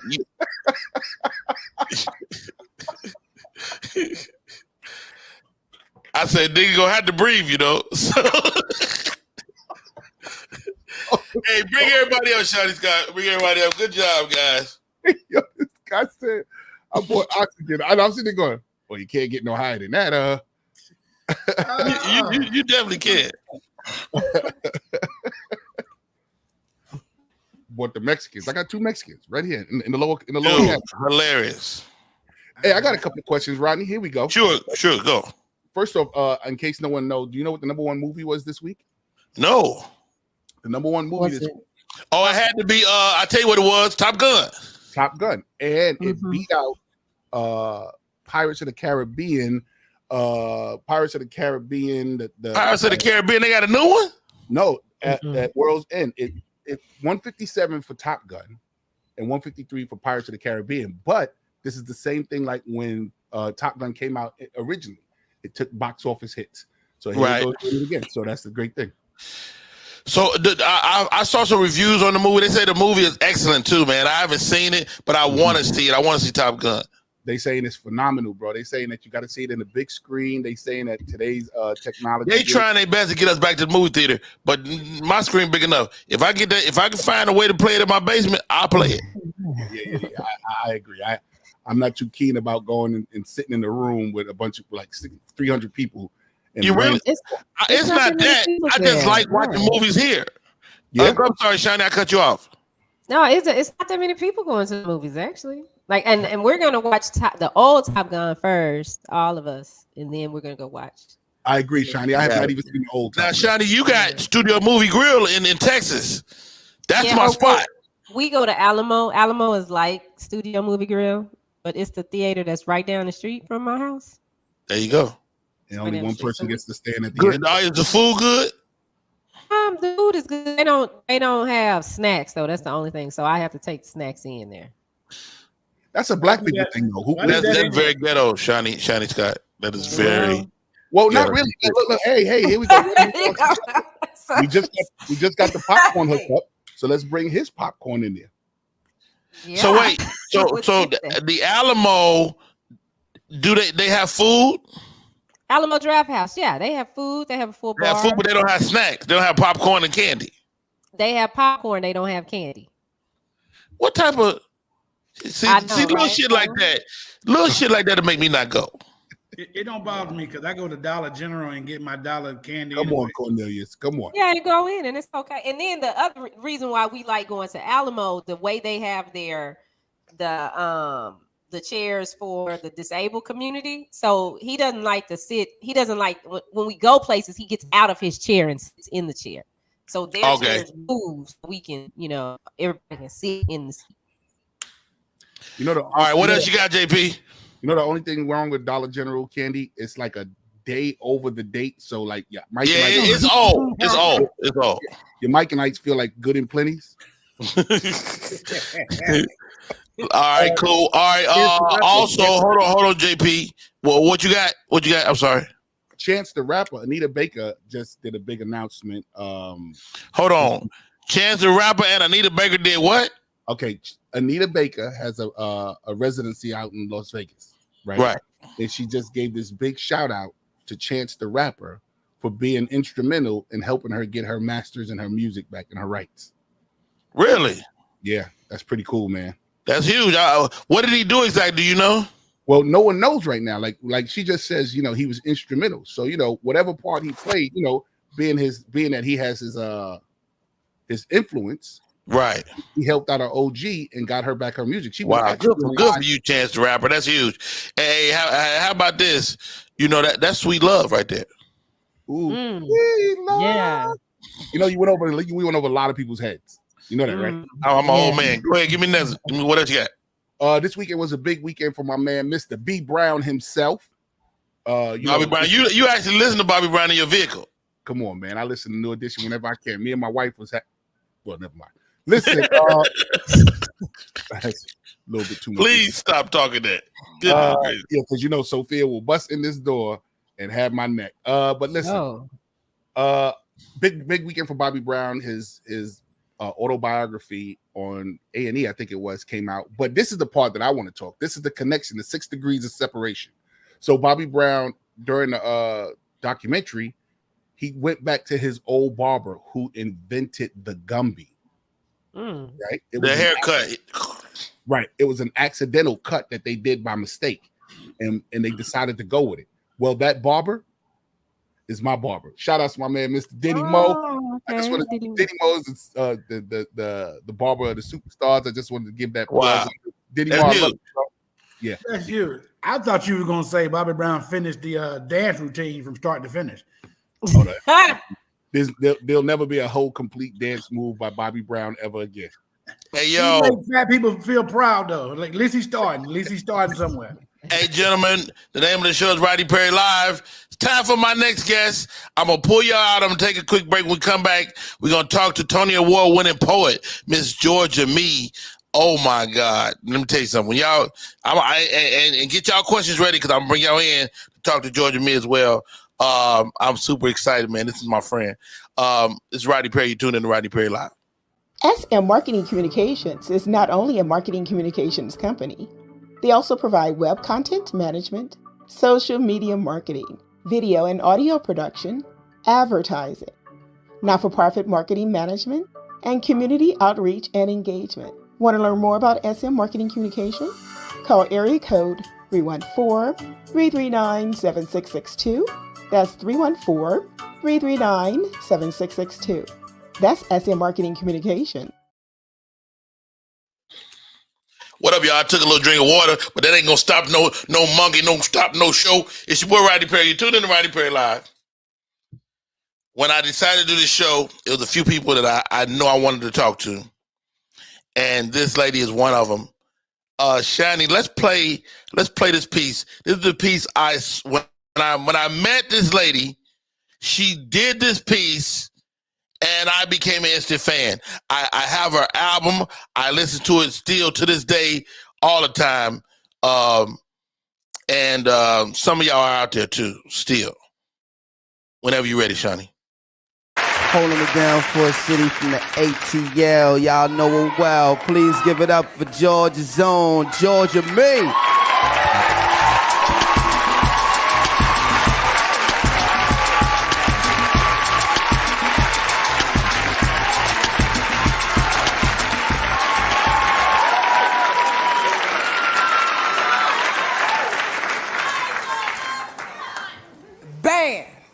Bitch ass nigga. Bitch ass nigga shot my folks cause he couldn't knock. Couldn't square up. Stepped the ant and got fucked up. The fear in his eyes was clear. He even dropped a tear. Lost the respect of his peers. So he planned an attack. Some fuckboy had his back. They wanted to trap. They hid like some bitches in an abandoned building. Ant drove up in the house, ran the children. It started to lighten, then came the rain. Then came the bullets. Then came the pain. Then came the blood. Then came the screams. Then came the flashing lights. There went the dreams. This nigga killed my cousin, 2 unborn babies' father, a sister's only brother, a friend you could bother with your fears and problems. He helped you solve them. Yeah, he did some dirt, but he had a good heart. See, boxing was his gift. He wanted a new star, but oh no, you want to be greedy, be the big man around town, pushing shake, flex, weed, mostly seated, want to be Nino Brown type of clown. I'm tired of going to the funerals of lives that have not been lived. Systematic genocide, easy way to rid the devil of his biggest fear. When God's jewels, minds become clear, their hearts become pure, their souls become clean. Instead of succumbing to the light of an infrared beam. See, I wanted that piece of band 6 feet under for this unfixable blunder. He had to suffer his body asunder. Then I heard the thunder ringing in my head. Do I really want to see another man dead, another life wasted, another family in pain, all over some crack cocaine, all over some band's idea of getting misguided respect, using fear to keep his niggas in check, not knowing how to earn respect by any other means than balling out, taking live supplies to his fiends were his limited dreams. So all I do is pray that God helps him find another way than smoking hay all day, no work, all play other than slanging yay. And see, just the other day, I saw this nigga walking through the mall West End, chilling with his friends, spending his dividends, buying clothes, hollering at hoes. Nigga, this was less than 3 years ago when you stopped Ant's flow. But see, I know vengeance is not mine. You will reap what you sow in time. The message is divine. Rest in peace to all my soldiers lost in the street war. Battles over bullshit, nothing to die for. You are not a man because you can pull a trigger. The gun created and brought power to the bitch ass nigga.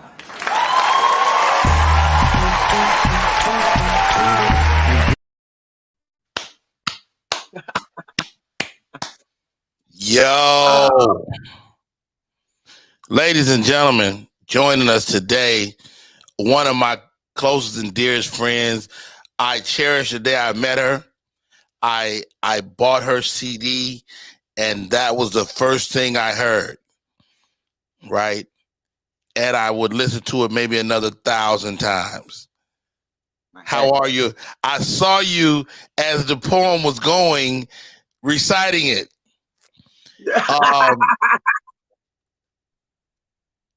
You are the queen of spoken word. Every poet in America yields to you. What do you love about it? I love that poem because it's testimony. It is direct testimony. I wrote that poem after my cousin was shot, and I wrote it for my niggas in my hood to not kill the brother that killed my cousin. And it not only did that, it stopped a lot of brothers in my neighborhood from carrying guns. And not only that, it's been a part of so many men workshops at different churches across the country. So, you know, I love that my work works. You know what I'm saying? As a poet, your work better work. It can't just be you up there masturbating. You know, only you getting off. You know what I'm saying? Wow. Wow. Yo, I mean, Georgia Me, like it's so many places I could start. You're one of maybe two people with your own day here in Georgia. It's a couple people. Who's in your class?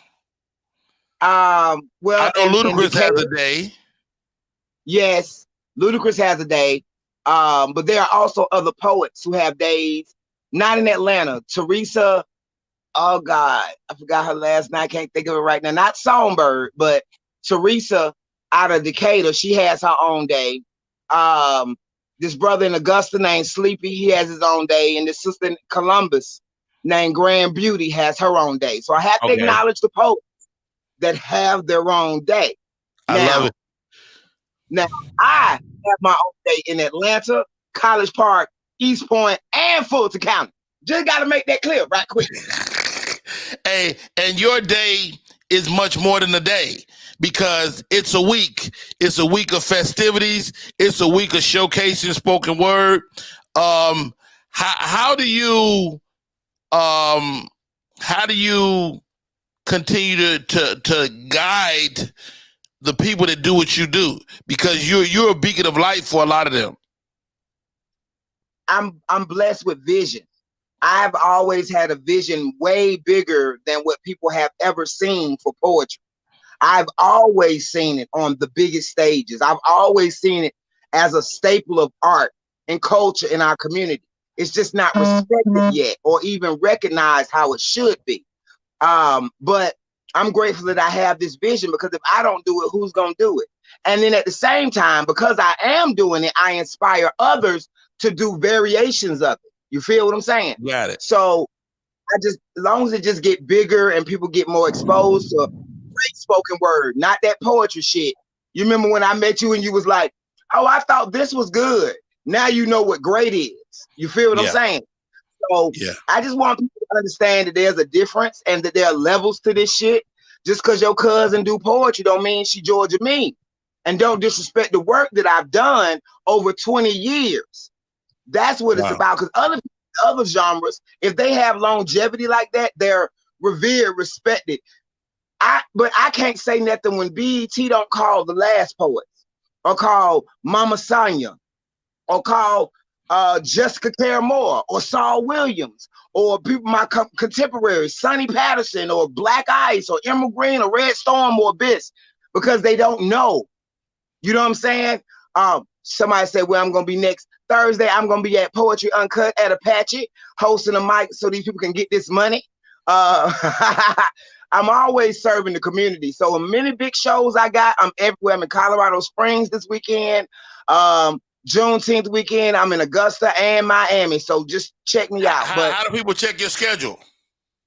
The Real Georgia Me. I always post where I'm going to be at on my IG. I always post a flyer or something to say what I got going on.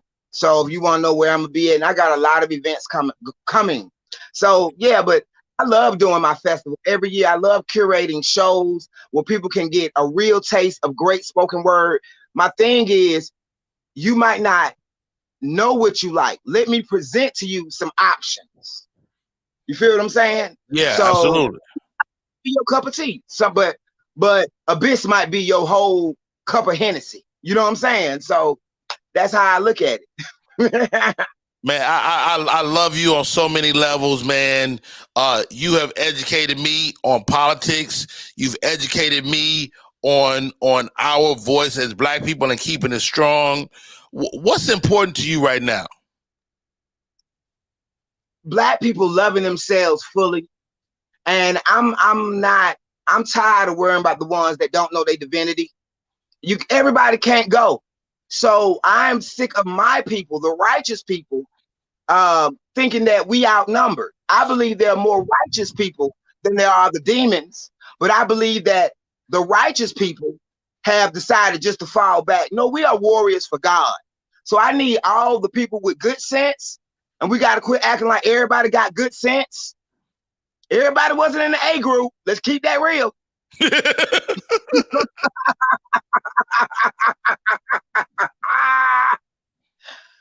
So God looks out for fools and babies, and the God in us should look out for fools and babies.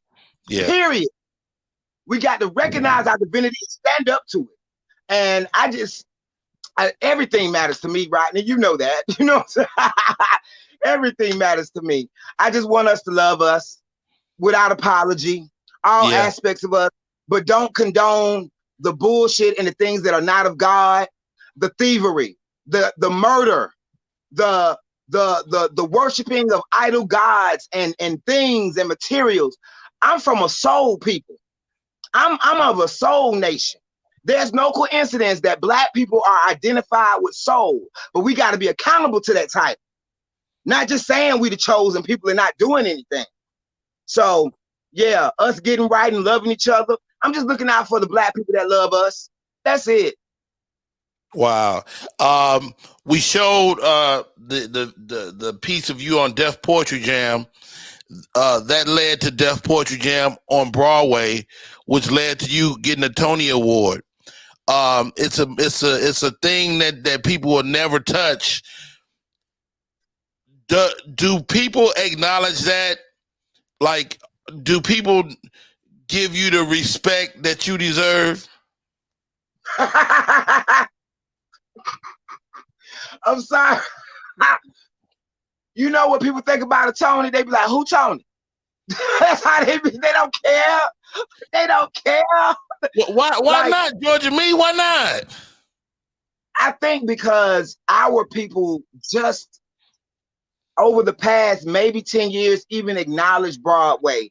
Broadway only had glimpses of Blackness. It was called the Great White Way. It's still called the Great White Way. It hadn't been a show on Broadway in 10 years with Black people until we came. And then right after us, here come Diddy, here come Will Smith, here come everybody else. They like, all right, it's Black people. So, but we don't get no acknowledgement for that. We are the only show in the history of Broadway to be written and performed by its players. The only show. But we get no acknowledgement. We were the best show of the year by Time, Variety, Newsweek. It just, at the time, you know, we didn't have social media, hadn't got the popping. And so that whole fanfare just wasn't there. We was popping when we was in New York. Like, we did everything. The Today Show, Good Morning America. I did Carson Daly. I did Rosie O'Donnell. We did everything. But in the world of entertainment, poets, they don't have reverence for us because they've only seen the mediocre, the cousins of. You know what I'm saying? Like, on God. Let me ask you this, because in the comedy world, and JP and I talked about this a little bit earlier, there's the mainstream or the white world, and then there's us. Is it similar in poetry? I feel like it's not a mainstream, it's avant-garde. Do you understand what I'm saying? Like those poets who get the light and the money, they're seen as esoteric, out the box. What a lot of them have is black angst, but they not black. You know, the white boy that sound black, the Palestinian that's talking about the plight of black people. You feel what I'm saying? Yes. They will push that. They will push that. They'll push the safe Negro, the safe black male. Oh, they will push it. It's just what it is. I love my baby Amanda Gorman, but she's not a spoken word artist. She's a poet. There is a difference. So what's the secret? What's the secret, Georgia? Is it to get published? Is it because does that move? What can we do as an audience to make you like blow up? Promote, push, let folk know about the movement. Poetry books are the worst selling books in the publishing world. Unless you already, yes. Unless you have a big name. That's why Alicia Keys had a poetry book. That's why Ashanti had a poetry book. That's why Jill got a poetry book. If you got a name, they will put your book out because it's gonna move off your name. But if it's just poetry, no, you have the best route is self-publishing when it comes to books. My thing is I'm a agency and I need people to know they need spoken word in their life. So I need people to come to my agency and book poets for your birthdays, for your anniversaries, for corporate occasions, for colleges, because nobody care about fame. We trying to feed our families. You know what I'm saying? Yeah. Like T.I. say, I've been popping since kindergarten. You's a lame to me. You know what I'm saying? Like I don't care about you. You know what I'm saying? So I need this word to get out. I need people to be healed. I need people to be uplifted. I need them to know they have options in life. We aren't fed good food. We're only fed destruction and depression through our airwaves on a regular basis. Come on. Where is Wow. the Wow, my co-host today, Cornelius George and JP Justice. JP hosts a erotic poetry night in New York City. For the last 10, 12 years, they call me 5 bars of death. 5 bars of death. But listen, the difference that what I've learned, first off, what you do is phenomenal, and I think poets are phenomenal. I think comics are like poets. My boy brother Earl says we're like cousins. We're like wordsmiths, and we know how to evoke the emotion through our words. That's why they're leaning so hard on comedians, because we at any given moment we can push the button, and that's what poets have been doing throughout their whole career. But as comedians, JP, would you agree? We need to, as family, we need to bring our brothers and sisters along. And George, I know me and you've been talking about it for years, but we need to do some dates together. You talking about poets? We do poetry comedy. We do poetry comedy blends up here all the time. Talam AC, Kasim Allah, Brother Earl, Lamar Hill. Like, we have so many brothers up here.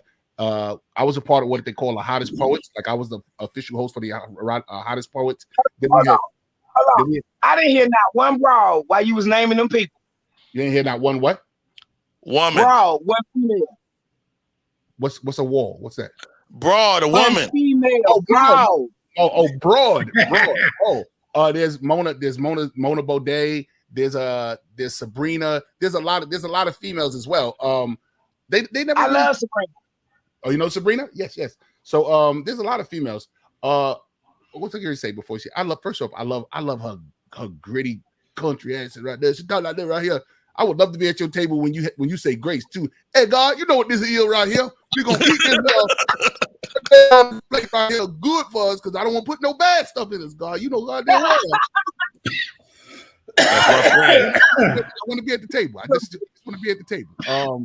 And I think it's beautiful the way poets. I wish I was linguistic, and I tell all my poetry friends all the time. I wish I was half as linguistic. Your way around the words are just amazing.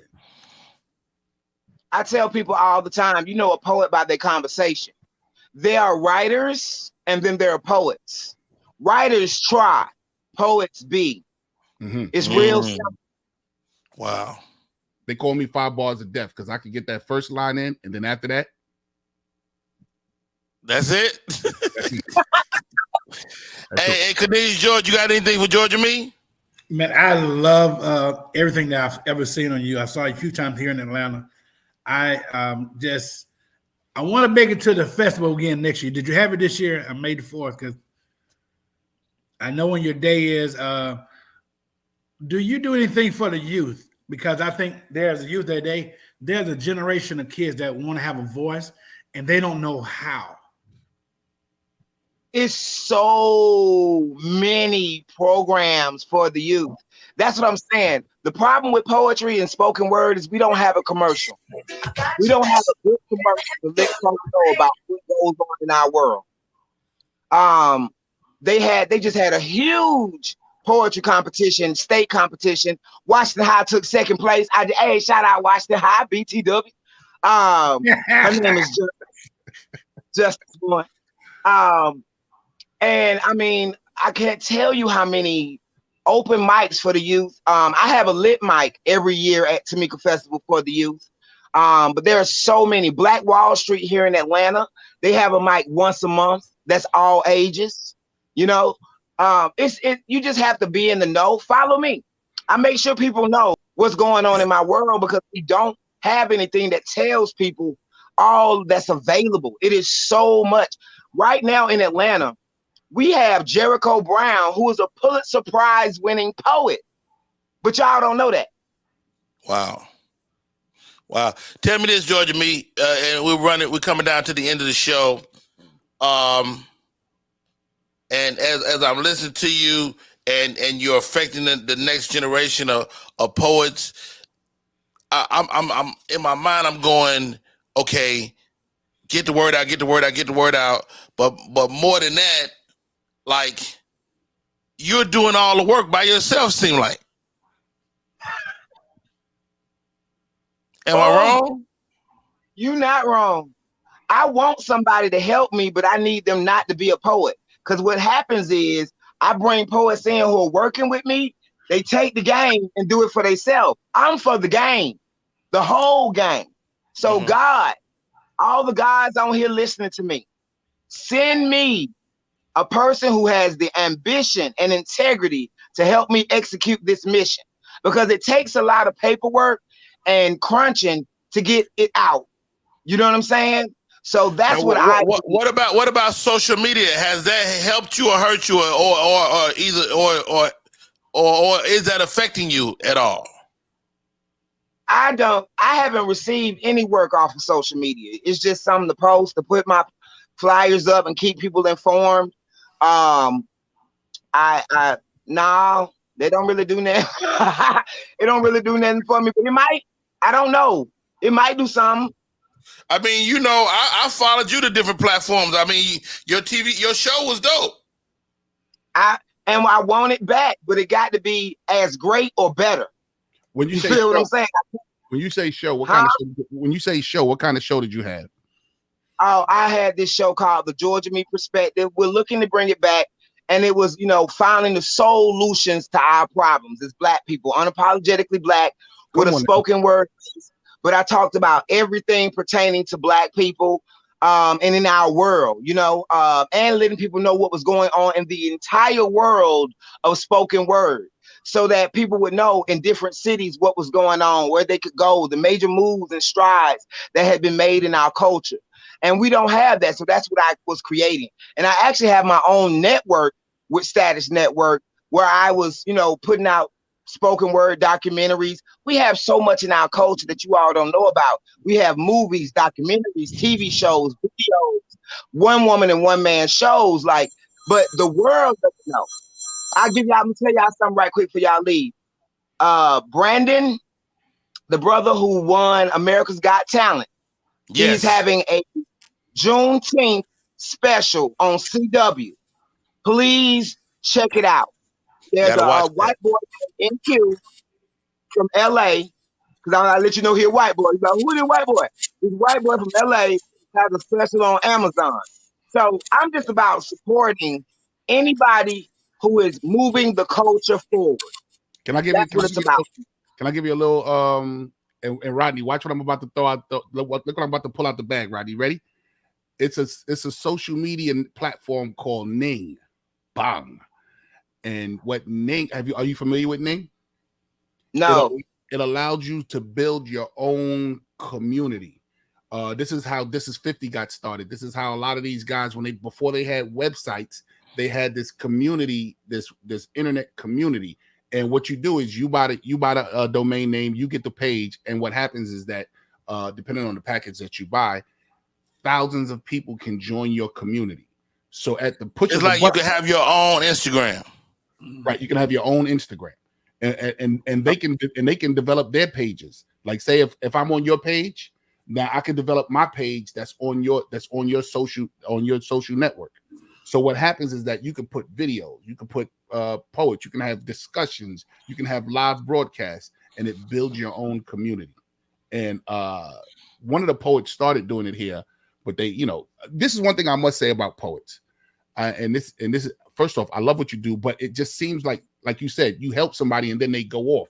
It's such a every man for themselves type industry that it's a solo sport. It's a solo sport. No, not a solo sport. Not a solo sport. Go ahead. Rodney says to me all the time. He say, Georgia, you act like this a team game. This is a one-on-one. And I told him, well, it's a relay then. Yes. And I don't mean a one-on-one. I mean every man for themselves. What you see in that genre is everybody it's like knowledge is power, and no one wants to share the power. First off, praise. And I tell you, like I tell my wife, only God can repay you for what you're putting into this game. So what you're putting into Georgia, God can repay you. But that's what I see in the poetry world. It's like everybody gets a little piece of information, and it's so rare that it comes that they hold and harness it like this, and every man wants to hold on to it. But they don't. What y'all don't understand, and comics sort of got this, is that there's strength in numbers. There's not. Well, I'm gonna say this. Let me tell you something. It's different. When you are great, you give out the information. It's nothing to you. You want as many people as possible to be involved. I have always shared all the information. Most of the poets you see on Deaf Poetry, I got them on there. Anytime I've been on TV, I left a list of who they need to call. Any college I went to, I wanted them to know, look, this is who you need to call so you keep having great shows. Because I'm a great. I don't worry about, I don't compete. You feel what I'm saying? What's your sign? Huh? What's your zodiac sign? Oh, Sagittarius. We think we the shit. Listen, he's a couple of days off from Scorpio to great. I thought you talking like a Scorpio. I was sitting there going, she talking like a Scorpio. Hey, yeah, I'm November 30th. Okay. Hey guys, I can't thank you all enough. Georgia, thank you for coming on. I got to have you back. We got to talk more because we have just scratched the surface of your involvement in the community and everything you do. And I'm such a fan on so many levels. Also, thank you to my co-host today. Thank you to LeBaron Burton, brought the popcorn through. It's been a great show today. My name is Rodney Perry. You tuned in to Rodney Perry Live. That's our show. Get out of here.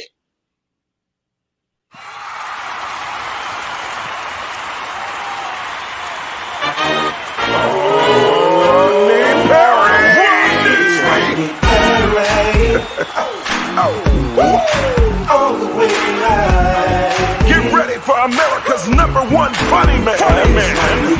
What? Hey. Make some noise. Ladies and gentlemen, from LA to New York, Chicago to Mississippi, let's give it up for America's #1 funny man, Rodney.